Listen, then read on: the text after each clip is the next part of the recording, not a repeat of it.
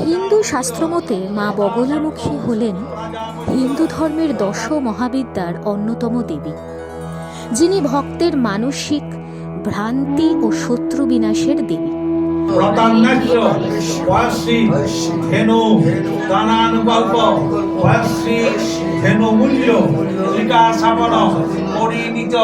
কথিত আছে হলুদ বস্ত্র পরিধান করেন বলে তিনি পীতাম্বরী নামেও পরিচিত। তন্ত্র ও যজ্ঞের মাধ্যমে তার পূজা হয় বা তাকে সন্তুষ্ট করার প্রধান উপায় বলা যেতেই পারে। স্বপ্নাদেশে প্রাপ্ত মা বগলামুখী মায়ের জাগরণ।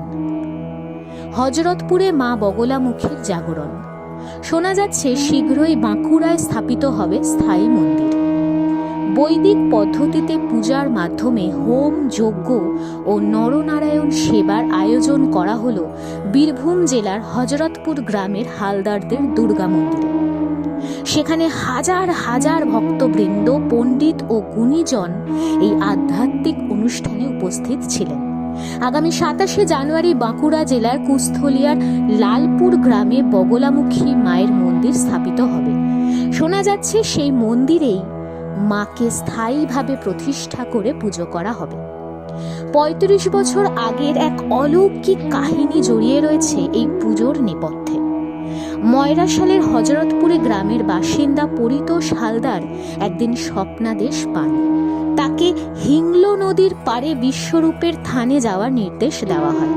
নির্দেশ অনুযায়ী সেখানে গিয়ে তিনি এক সাধুর দর্শন পান। সেই সাধু তাকে দুটো মূর্তি দেন, একটি মা ছিন্নমস্তা এবং অন্যটি মা বগলামুখী।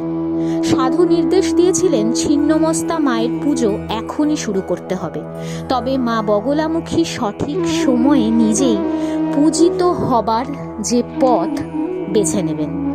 ওই যে কথায় আছে না, ভগবান ভক্তদের থেকে কখন কোন সময় পূজিতা হবেন তা কেউ বলতে পারে না।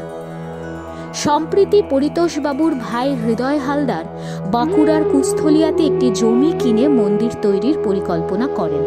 তবে তিনি কোন দেবতার মন্দির করবেন তা নিয়ে বেশ দ্বিধাদ্বন্দ্বে ছিলেন। তিনি তখন দাদার সঙ্গে পরামর্শ করতে গিয়ে সেই 35 বছর আগের স্বপ্নাদেশের কথা জানতে পারেন এবং মা বগলামুখীর মূর্তিটি তুলে নেন। রবিবার মৌন অমাবস্যার পুণ্যতিথিতে ভক্তি ভরে নিয়ম নিষ্ঠার সাথে মায়ের জাগরণ ও যজ্ঞ সম্পন্ন হয়। মন্দিরের ট্রাস্টের সম্পাদক তাপস কুমার দে বলেন, মায়ের কৃপাতেই আজ এই শুভ কাজ সমাপ্ত হলো এবং দীর্ঘ প্রতীক্ষার পর মা বগলামুখী স্থায়ী মন্দিরে প্রতিষ্ঠান করতে চলেছেন।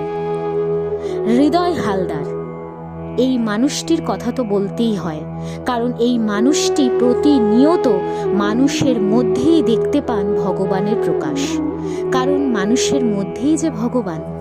প্রতিনিয়ত এই হৃদয়বাবু সেবামূলক কাজের মধ্যেই নিজেকে যুক্ত রাখেন এবং সাধারণ মানুষের পাশে থাকেন।